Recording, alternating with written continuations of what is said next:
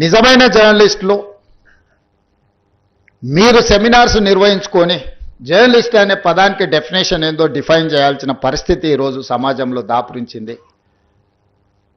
పత్రికా సమావేశాలకు కూడా ఎవరు పడితే వాడు లోపలికి వచ్చేసి మీకంటే ముందుగాల ముందల కుర్చీలో కూర్చుంటాడు. ఇంతకుముందు నేను చూస్తున్నాను, ఒక 15 సంవత్సరాల క్రితం నేను ప్రజాప్రతినిధిగా ఎన్నికైనప్పుడు పత్రికా సమావేశాలు పెడితే సీనియర్ రాగానే సీనియర్ జర్నలిస్ట్ ఏ పేపర్ అన్నా ఉండని, లేకపోతే ఏ టీవీ అన్నా ఉండని, జూనియర్స్ ఎవరైనా ఉంటే సీనియర్స్ వస్తే ముందల సీట్లో కూర్చున్న వాళ్ళు కూడా లేచి వాళ్ళకి సీట్ ఇచ్చి వెనక్కి వెళ్ళి కూర్చునే వాళ్ళు. ఒకవేళ సీట్ లేకపోతే పక్కకు నుంచొని నోట్ చేసుకునేది.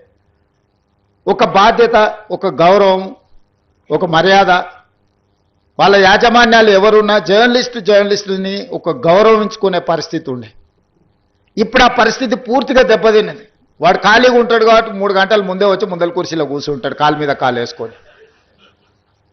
వాడికి ఆ వచ్చిన సీనియర్ జర్నలిస్టు వాళ్ళ జీవితాన్ని మొత్తం జర్నలిజంలో కలిపినరు. వాళ్ళు సిన్సియర్గా ప్రజా సమస్యల్ని విశ్లేషించడానికి, పరిశోధనలు చేయడానికి, వాళ్ళ జీవితాన్ని, ఆరోగ్యాన్ని ఫనంగా పెట్టి, కుటుంబాలను కూడా ఫనంగా పెట్టి ప్రజల సమస్యలను తెలుసుకోవడానికి ఎక్కడెక్కడనో మారుమూల ప్రాంతాలకు వెళ్ళి రోజుల కొద్దీ ప్రజలలో మమేకమయ్యే ఆ సమస్యల్ని తెలుసుకొని వాళ్ళు రాసిందన్న సంగతి, పాలకులు చేస్తున్న తప్పులను పట్టుకోవడానికి నిరంతరం శ్రమించి విశ్లేషించి, మన ప్రాంతంలో జరిగిన విద్యుత్ ఉద్యమాల వెనుక ఇంత కఠోరమైన దీక్ష జర్నలిస్టులది ఉన్నది.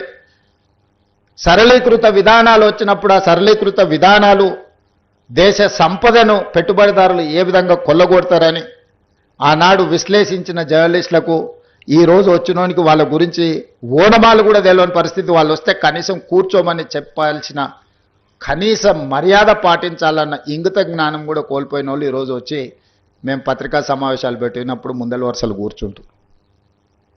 కూర్చోవడం కూడా ధిక్కారంగా,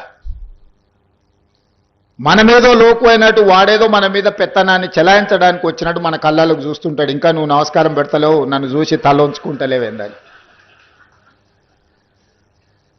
నాకైతే అప్పుడప్పుడు అనిపిస్తుంది దిగిపోయి పల్ల చెంపలు వలగొట్టాలని.